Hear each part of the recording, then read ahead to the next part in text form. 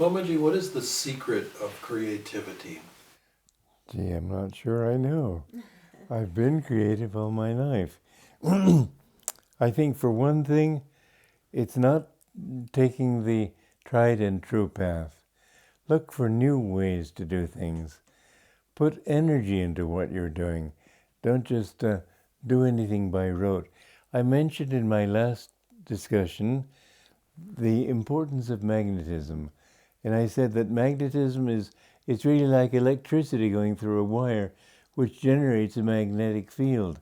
So when you send out a strong thought, the stronger the will, the greater the flow of energy.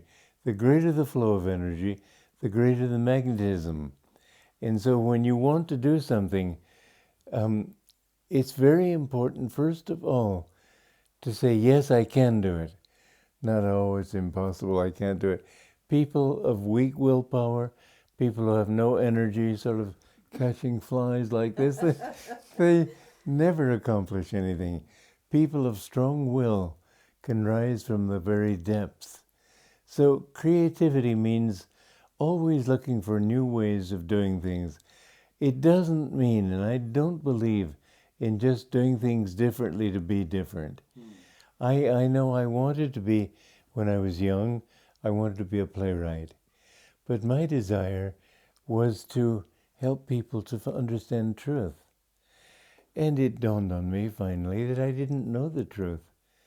And then I thought, then why should I flood the world with my ignorance? And I gave up writing. And I didn't begin it again until I began to know what life really is all about. I think that that was a valid choice. I could have come up with all sorts of nice little stories, but I think that having the power of conviction behind what I did gave my creativity much more power.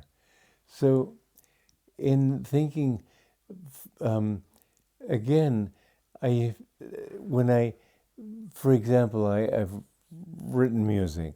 I've written over 400 pieces of music, songs, instrumental, etc. And I've found that if I think, how do I want the melody to go, it won't go well. But if I say, God, you tell me what melody it is, then it will come. But it won't come if I just sit back there and wait for it to come. First of all, I have to cooperate. So creativity means, in a sense, cooperating with grace. I want to write a song, let's say, on Pompeii. I wrote a song on that, a melody. And I visualized Pompeii as a decadent civilization which attracted that great disaster of Mount Vesuvius. That was its karma. But then after all, that karma has been mitigated over 2,000 years. So not just the bad karma, but understanding. And I had several things in mind. And I said, I want this song to say this, this, this, and this. Give it to me. And the next thing is, the answer is this. You have to go with it. You can't wait for it to come to you. Many times in speaking, I haven't known what to say, but I've launched into it, and then what I have to say is given. One time, because my guru had told me, let God speak through you. I thought on a Sunday morning once, I thought, well, let me just sit back and let him talk. So in the middle of a sermon, there was 100 people in front of me. I suddenly decided to stop talking and let God talk through me. 2 minutes I stood there perfectly comfortable. People were sweating, thinking, he's frozen. But I hadn't frozen, I was just waiting. I finally understood what Yogananda said. I will reason, I will act, but guide thou my reason, will, and activity to the right path in everything. And so we have to do it, but we have to ask God to guide our actions, guide our efforts, guide our understanding. So it's we in cooperation with the universe. You can't create anything. You can only manifest. God couldn't create the universe. He could only manifest it. He could have those thoughts that would bring about this appearance of rocks and flowers and grass and earth and so on, people.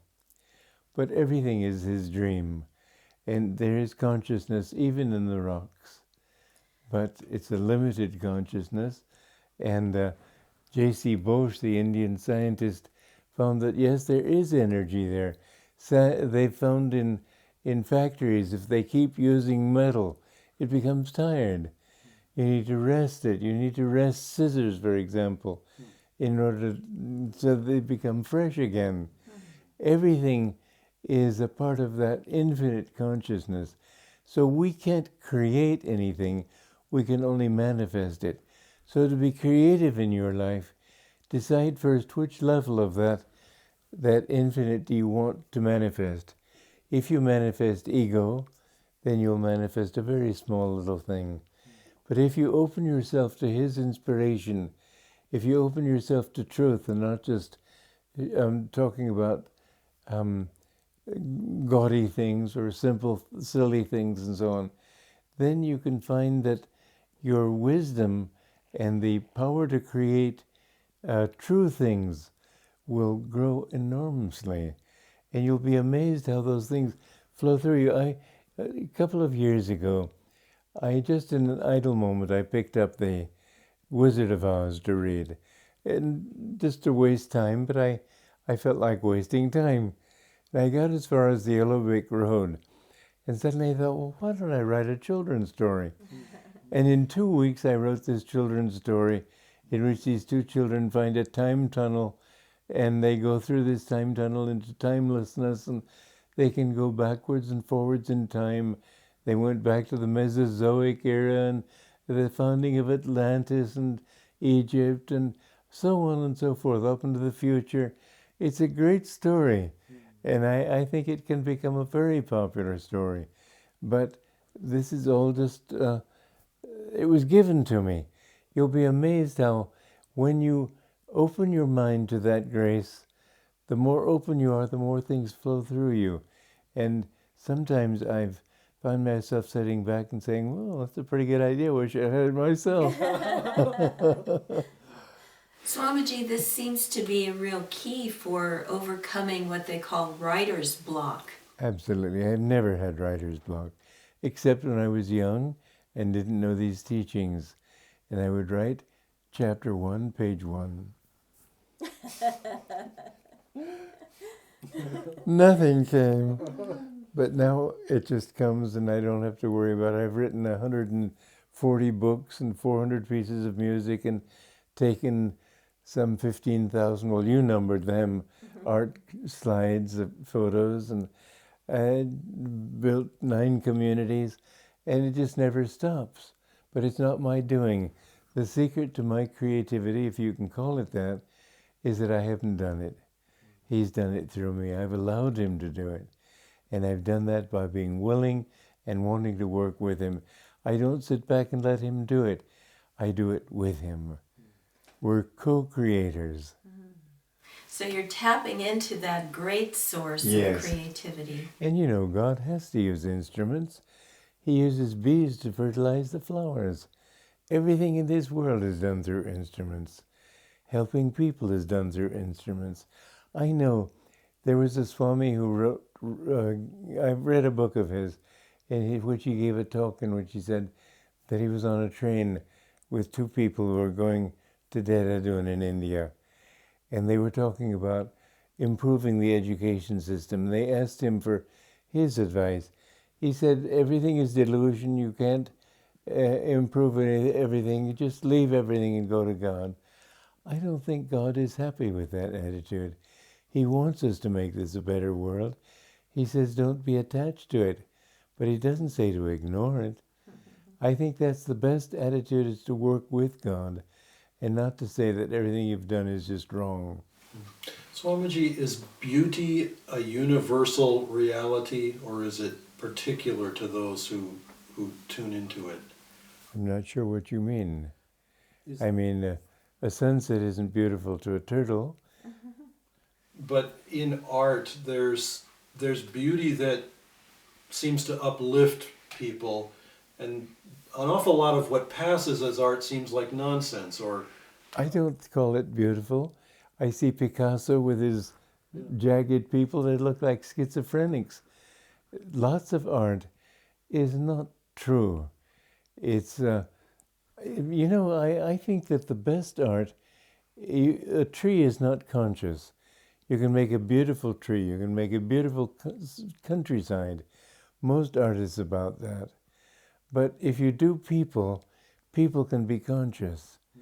And if you do people who have high consciousness, you're producing something that can convey something to other people. A photo, let us say, a Padre Pio, a painting that is really sensitive of Jesus Christ. These things can be uplifting.